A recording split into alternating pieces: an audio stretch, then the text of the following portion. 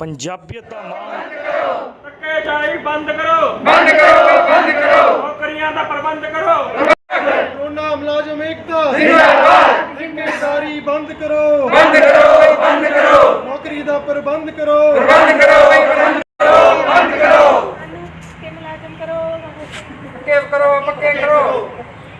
ठेकेदारी बंद करो नौकरी का प्रबंध करो कोरोना मुलाजम एकता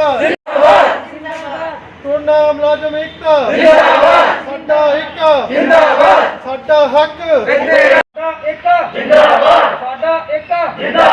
ठेकेदारी बंद करो नौकरी का प्रबंध करो साडा एक कोरोना मुलाजम कोरोना योद्धे कोरोना मुलाजम कोरोना मुलाजम कोरोना मुलाजम कोरोना मुलाजम कोरोना मुलाजम साडा एक ठेकेदारी बंद करो नौकरी का प्रबंध करो ठेकेदारी बंद करो नौकरी का प्रबंध करो एकता ठेकेदारी बंद करो ठेकेदारी बंद करो नौकरी का प्रबंध करो कोरोना मुलाजम कोरोना योद्धे ਲਵਲੀਨ ਸ਼ਰਮਾ। ਕਿਹੜੀ ਜਥੇਬੰਦੀ ਜਿਹੜੀ ਧਰਨਾ ਲਾ ਮੰਗਾ ਕੀ ਥੋੜੀ ਹੈ? ਸਾਡੀ ਮੰਗਾਂ ਇਹ ਹੈ ਜੀ ਕਿ ਜਦੋਂ ਤਾਂ ਮਹਾਮਾਰੀ ਬਹੁਤ ਜ਼ਿਆਦਾ ਫੈਲੀ ਹੋਈ ਸੀਗੀ ਤੇ ਮਾਰਚ 2020 ਤੋਂ ਕੋਈ ਵੀ ਨਹੀਂ ਬਾਹਰ ਨਿਕਲਦਾ ਸੀ, ਅਸੀਂ ਫਿਰ ਵੀ ਆਪਣੀ ਫੈਮਲੀਜ਼ ਨੂੰ ਰਿਸਕ ਵਿੱਚ ਪਾ ਕੇ ਅਸੀਂ ਇੱਥੇ ਡਿਊਟੀਆਂ ਕੀਤੀਆਂ। ਈਵਨ ਕਿ ਇੱਥੇ ਦੇ ਸਟਾਫ ਵੀ ਬਹੁਤ ਜ਼ਿਆਦਾ ਆਏ ਸੀਗੇ ਪੋਜ਼ੀਟਿਵ, ਪਲੱਸ ਸਾਡੀ ਫੈਮਲੀਜ਼ ਵੀ ਪੋਜ਼ੀਟਿਵ ਕੇਸਿਸ ਆ ਗਏ ਸੀਗੇ ਤੇ ਬਟ ਫਿਰ ਵੀ ਉਹਨਾਂ ਨੂੰ ਅਸੀਂ ਰਿਸਕ ਦੇ ਵਿੱਚ ਰੱਖ ਕੇ ਅਸੀਂ ਇੱਥੇ ਜੌਬਸ ਕੀਤੀ। ਬਟ ਉਸ ਟਾਈਮ ਦੇ ਵਿੱਚ ਇਹਨਾਂ ਨੇ ਵੀ ਸਾਡੇ ਨਾਲ ਇਨਸਾਫੀ ਕੀਤੀ ਸੀਗੀ ਕਿ ਜਿਹੜੇ ਪੋਜ਼ੀਟਿਵ ਆਏ ਸੀਗੇ ਇੱਥੋਂ ਦੇ ਸਟਾਫ ਮੈਂਬਰਸ, ਉਹਨਾਂ ਦੀ ਇਹਨਾਂ ਨੇ ਸੈਲਰੀ ਵੀ ਕੱਟੀ ਸੀਗੀ। ਅਸੀਂ ਉਹ ਵੀ ਇਸ਼ੂ ਬਣਾਇਆ ਸੀਗਾ ਬਟ ਉਹ ਵੀ ਇਹਨਾਂ ਨੇ ਸਾਡੀ ਕੋਈ ਗੱਲ ਨਹੀਂ ਸੁਣੀ। ਹਾਲਾਂਕਿ ਸਾਨੂੰ ਇਹਨਾਂ ਨੂੰ ਦੇਣੀ ਚਾਹੀਦੀ ਸੀਗੀ ਉਹ ਵਾਲੀ ਸੈਲਰੀ ਜਿਹੜੀ ਸਾਡੇ ਪੋਜ਼ੀਟਿਵ ਕੇਸ ਆਏ ਸੀਗੇ ਸਾਡੇ ਨਾਲ ਦੇ ਸਟਾਫ।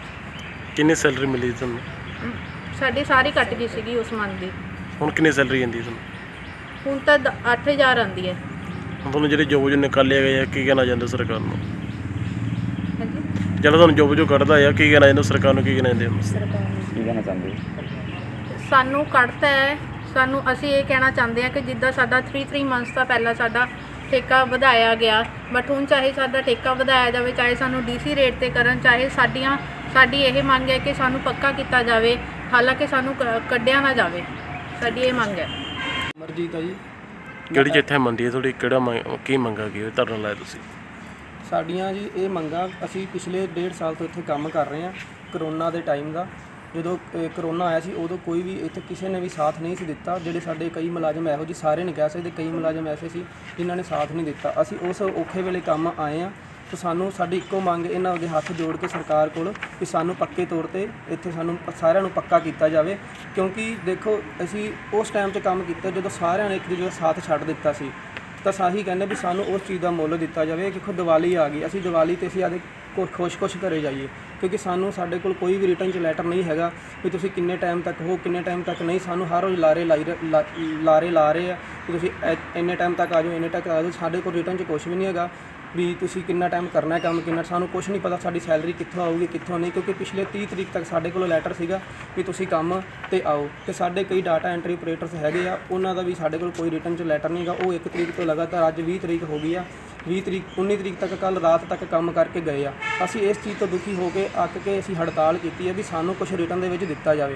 ਅਤੇ ਅਸੀਂ ਸਰ ਡਾਕਟਰ ਵੇਰਕਾ ਜੀ ਨੂੰ ਵੀ 2-4 ਦਿਨ ਪਹਿਲਾਂ ਮਿਲੇ ਸੀਗੇ। ਉਹਨਾਂ ਨੇ ਸਾਨੂੰ ਵਿਸ਼ਵਾਸ ਦਿਲਾਇਆ ਸੀ ਕਿ ਤੁਹਾਨੂੰ ਸਾਰਿਆਂ ਨੂੰ ਪੱਕਾ ਕੀਤਾ ਜਾਵੇਗਾ। ਕੈਬਨਿਟ ਮੰਤਰੀ ਮੰਡਲ ਦੇ ਵਿੱਚ ਮੀਟਿੰਗ ਕੀਤੀ ਗਈ ਹੈ, ਉੱਥੇ ਤੁਹਾਡੀ ਫਾਈਲ ਗਈ ਆ ਅਤੇ ਤੁਹਾਨੂੰ ਸੋਮਵਾਰ ਮੀਟਿੰਗ ਜਦ ਹੋਊਗੀ, ਸੋਮਵਾਰ ਦੀ ਸ਼ਾਮ ਨੂੰ ਜਾਂ ਮੰਗਲਵਾਰ ਦੀ ਸਵੇਰ ਨੂੰ ਤੁਹਾਨੂੰ ਅਸੀਂ ਜਵਾਬ ਦਿਆਂਗੇ ਵੀ ਤੁਹਾਡਾ ਕੀ ਬਣਿਆ। ਅਸੀਂ ਉਸ ਚੀਜ਼ ਦਾ ਜਵਾਬ ਮੰਗਦੇ ਆ ਵੀ ਸਾਡਾ ਜੇ ਬਣਿਆ ਕੁਛ ਤਾਂ ਉਹਦਾ ਵੀ ਜਵਾਬ ਦਿੱਤਾ ਜਾਵੇ, ਤੇ ਸਾਡਾ ਕੁਛ ਨਹੀਂ ਵੀ ਬਣਿਆ ਤਾਂ ਉਹਦਾ ਵੀ ਜਵਾਬ ਦਿੱਤਾ ਜਾਵੇ, ਕਿਉਂਕਿ ਸਾਡੇ ਤੇ ਤਲਵਾਰ ਲਟਕੀ ਪਈ ਹੈ। ਸਾਨੂੰ ਕੁਛ ਪਤਾ ਹੀ ਨਹੀਂ ਵੀ ਸਾਡਾ ਕੀ ਚੱਲੀ ਕੀ ਜਾਂਦਾ, ਸਾਨੂੰ ਰੱਖਣਾ ਹੈ, ਕੱਢਣਾ ਹੈ, ਕੀ ਕਰਨਾ ਹੈ। ਕਿਉਂਕਿ ਅਸੀਂ ਇਹ ਚੀਜ਼ ਤੋਂ ਇਸ ਕਰਕੇ ਡਰ ਰਹੇ ਹਾਂ ਕਿਉਂਕਿ ਸਾਡੇ ਜਿਹੜੇ ਨਾਲ ਦੇ ਪਰਿਵਾਰ ਮੈਂਬਰ ਸੀਗੇ, ਸਾਡੇ ਜਿਹੜੇ ਗੌਰਮੈਂਟ ਮੈਡੀਕਲ ਕਾਲਜ ਪਟਿਆਲਾ ਹੈਗੇ, ਨਾਲੇ ਆਪਣੇ ਅੰਮ੍ਰਿਤਸਰ ਦੇ ਹੈਗੇ, ਲੁਧਿਆਣਾ ਦੇ ਹੈਗੇ, ਜਲੰਧਰ ਦੇ ਹੈਗੇ, ਫਰੀਦਕੋਟ ਹੈਗੇ, ਕਿਉਂਕਿ ਸਾਡੇ ਪਰਿਵਾਰ ਆ ਜਿਹੜਾ ਡਾਟਾ ਐਂਟਰੀ ਆਪਰੇਟਰਸ ਆ ਜਿਨ੍ਹਾਂ ਨੇ ਸਾਡੇ ਨਾਲ ਪਿਛਲੇ 1.5-2 ਸਾਲਾਂ ਤੋਂ ਕੰਮ ਕਰ ਰਹੇ ਆ, ਉਹਨਾਂ ਨੂੰ ਬਿਨਾਂ ਕੋਈ ਵੀ ਨੋਟਿਸ ਦਿੱਤੇ ਕੱਢ ਦਿੱਤਾ ਗਿਆ ਸੀ, ਫਰੀਦਕੋਟ ਤੋਂ ਵੀ ਔਰ ਜਲੰਧਰ ਤੋਂ ਵੀ। ਤੋ ਅਸੀਂ ਬਹੁਤ ਹੀ ਨਿਖਿੱਧ ਭਰੀ ਗੱਲ ਆ, ਕਿਉਂਕਿ ਪ੍ਰਾਈਵੇਟ ਕੰਪਨੀਆਂ ਵਿੱਚ ਕਿਸੇ ਮੁਲਾਜ਼ਮ ਨੂੰ ਕੱਢਦੀਆਂ ਤਾਂ 2-2 ਮਹੀਨੇ ਪਹਿਲਾਂ ਨੋਟਿਸ ਦਿੰਦੀਆਂ। ਜਿਹੜਾ ਅੱਜ ਦਾ ਧਰਨਾ ਆ ਕਿੰਨਾ ਦਿਨ ਤੱਕ ਜਾਰੀ ਤੇ ਕਿੰਨੇ ਪਟਿਆਲੇ ਜੇ ਪੂਰੇ ਪੰਜਾਬ ਜੀ ਆ? ਅਸੀਂ ਇਹ ਜਿਹੜਾ ਅੱਜ ਸਟ੍ਰਾਈਕ ਕੀਤੀ ਹੈ, ਹੜਤਾਲ ਕੀਤੀ ਹੈ, ਅਸੀਂ ਸਵੇਰ 8 ਤੋਂ ਲੈ ਕੇ 12 ਵਜੇ ਤੱਕ ਕੀਤੀ ਹੈ, ਕਿਉਂਕਿ ਅਸੀਂ ਲੋਕਾਂ ਨੂੰ ਵੀ ਮੁੱਖ ਰੱਖਿਆ, ਕਿਉਂਕਿ ਉਹ ਵੀ ਸਾਡੇ ਭਾਈ ਭੈਣ ਆ, ਕਿਉਂਕਿ ਉਹ ਵੀ ਪਰੇਸ਼ਾਨ ਹੋਣਗੇ। ਇਸ ਕਰਕੇ ਅਸੀਂ ਲੋਕਾਂ ਨੂੰ ਦੁਖੀ ਨਹੀਂ ਕਰਨਾ ਚਾਹੁੰਦੇ। ਅਸੀਂ ਕਹਿੰਦੇ ਵੀ ਸਾਡੀ ਸਰਕਾਰ ਪਿਆਰ ਨਾਲ ਗੱਲ ਮੰਨੇ। ਅਸੀਂ ਸਰਕਾਰ ਨੂੰ ਮੌਕਾ ਦੇ ਰਹੇ ਹਾਂ, ਜੇ ਸਾਡੇ ਨਾਲ ਜ਼ਿਆਦਾ ਧੱਕੇਸ਼ਾਹੀ ਕਰੇਗੀ ਤਾਂ ਫਿਰ ਅਸੀਂ ਹੜਤਾਲ ਨੂੰ ਆਪਦੀ ਨੂੰ ਹੋਰ ਤਿੱਖਾ ਕਰਾਂਗੇ। ਕੀ ਨਾਮ ਹੈ? ਮੇਰਾ ਨਾਮ ਗਗਨਦੀਪ ਸਿੰਘ। ਅਸੀਂ ਕੋਵਿਡ ਦੇ ਟਾਈਮ ਦੇ ਵਿੱਚ ਅੱਜ ਤੋਂ 1.5-2 ਸਾਲ ਪਹਿਲਾਂ ਸਾਨੂੰ ਭਰਤੀ ਕੀਤਾ ਗਿਆ ਸੀ ਆਊਟਸੋਰਸ ਦੇ ਵਿੱਚ।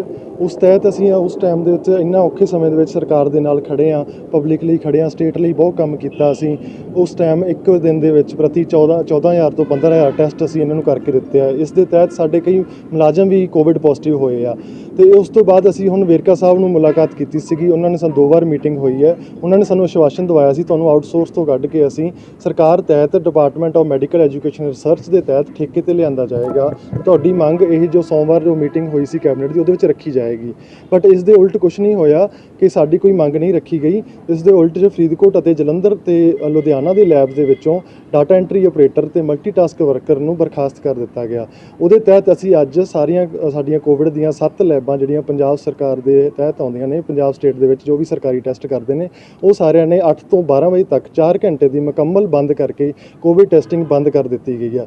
ਸਾਡੀ ਸਰਕਾਰ ਤੋਂ ਇਹੀ ਮੰਗ ਹੈ ਕਿ ਸਾਨੂੰ ਜਲਦ ਤੋਂ ਜਲਦ ਸਾਡੀਆਂ ਮੰਗਾਂ ਸੁਣ ਕੇ ਸਾਨੂੰ ਆਊਟਸੋਰਸ ਤੋਂ ਕੱਢ ਕੇ ਸਾਨੂੰ ਸਰਕਾਰ ਦੇ ਤਹਿਤ ਠੇਕੇ 'ਤੇ ਲਿਆਂਦਾ ਜਾਵੇ। ਕਿੰਨੇ ਕੋਵਿਡ ਟੈਸਟ ਤੁਸੀਂ ਕਿੰਨਾ ਨੁਕਸਾਨ ਆ ਰਿਹਾ? ਅਸੀਂ ਦੂਜੀ ਤੇ ਪਹਿਲੀ ਪੀਕ ਦੇ ਦੌਰਾਨ ਜਦੋਂ ਕੋਵਿਡ ਪੀਕ 'ਤੇ ਸੀਗਾ ਉਦੋਂ ਅਸੀਂ 14 ਤੋਂ 15,000 ਟੈਸਟ ਕੀਤੇ ਆ। ਹੁਣ ਜਦੋਂ ਨਾਰਮਲ ਚੱਲ ਰਿਹਾ ਹੁਣ ਵੀ ਅਸੀਂ 7 ਤੋਂ 8,000 ਟੈਸਟ ਕਰ ਰਹੇ ਹਾਂ। ਸਰਕਾਰ ਦੀ ਅੱਜ ਮੀਟਿੰਗ ਸਾਡੇ ਸੈਕਟਰੀਏਟ ਪ੍ਰਧਾਨ ਪਲਜਿੰਦਰ ਜੀ ਉਹ ਉੱਥੇ ਪਹੁੰਚੇ ਹੋਏ ਨੇ ਮੀਟਿੰਗ ਕਰਨ ਦੇ ਲਈ। ਜੇ ਸਾਨੂੰ ਅੱਜ ਮੰਤਰੀ ਸਾਹਿਬ ਟਾਈਮ ਦਿੰਦੇ ਹਨ ਤਾਂ ਅਸੀਂ ਉਹ ਫਿਰ ਮੀਟਿੰਗ ਕਰਾਂਗੇ। ਪੰਜਾਬ ਪੰਜਾਬੀ ਤੇ ਪੰਜਾਬੀਅਤ ਦਾ ਪਹਿਰੇਦਾਰ ਦੇਸੀ ਪੰਜਾਬ।